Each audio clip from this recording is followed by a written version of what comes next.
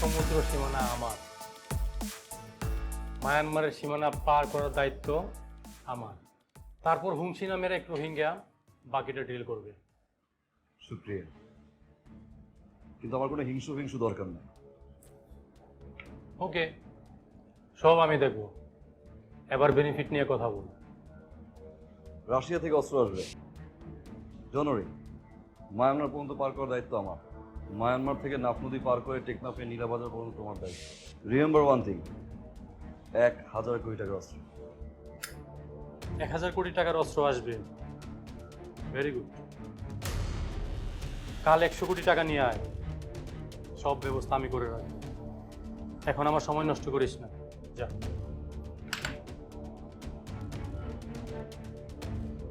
কাল থেকে সমুদ্র সীমা দেখবে বিশু। বিশু ভাই।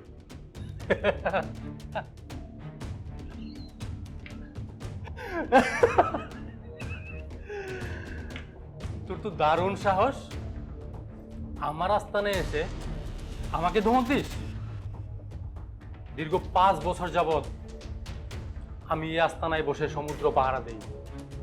সূর্যের আলো পর্যন্ত আমাকে স্পর্শ করতে পারে না, আর তুই আমার সাথে মশকরা করিস?